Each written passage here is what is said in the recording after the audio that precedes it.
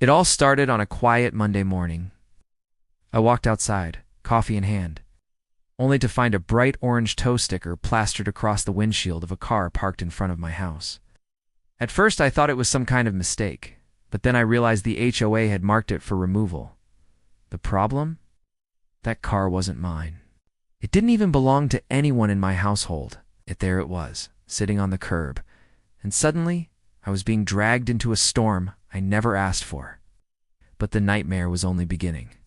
By the afternoon, I had 2 more letters taped to my door, each one threatening fines if I didn't remove my vehicle immediately. The HOA was convinced the car was mine. No matter how many times I checked my driveway and garage to prove otherwise, my own vehicle was safe, parked neatly where it belonged, yet the HOA refused to listen. It was as if they had already decided I was guilty, and now they were determined to make me pay. And so, I braced myself for a fight I never expected. Of course, it wasn't long before Karen got involved. She marched around the neighborhood loudly declaring that my junk car was an eyesore and that I was bringing down property values. Neighbors peeked through blinds watching the drama unfold, unsure of what to believe. Karen thrived on chaos, and this was her chance to stir the pot. I ignored her glares, but the pressure mounted as the HOA doubled down. Each passing day, their threats grew louder, while the abandoned car sat silently in front of my home. And then things escalated further. One morning I woke to the rumble of an engine outside. A tow truck idled by the curb, its operator circling the vehicle with paperwork in hand. The HOA had called in reinforcements, determined to haul away the so-called offending car. I stood back, watching the spectacle unfold, still baffled that no one realized the simple truth. It wasn't mine.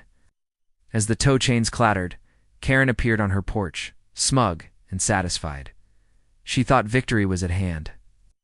But what happened next turned the entire situation upside down. Just as the driver prepared to hitch the car, a man sprinted down the street, waving frantically. He was out of breath, keys in hand, and shouting that the car was his.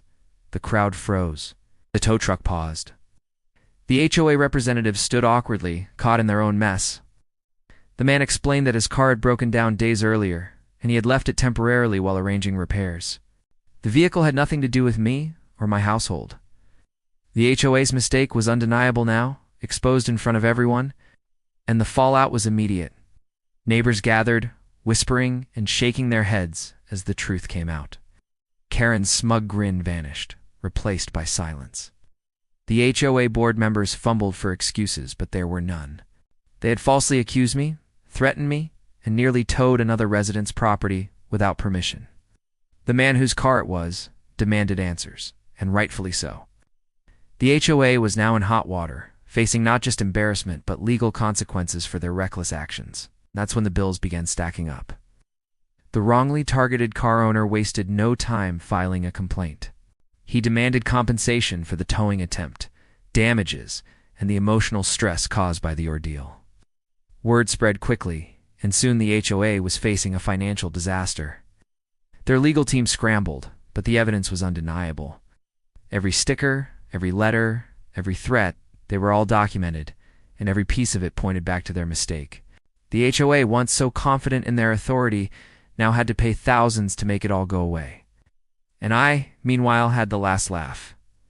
In the weeks that followed, the HOA grew quieter. The board members avoided me, embarrassed by the mess they had created. Karen, once bold and loud, now kept her distance, no longer eager to stir trouble.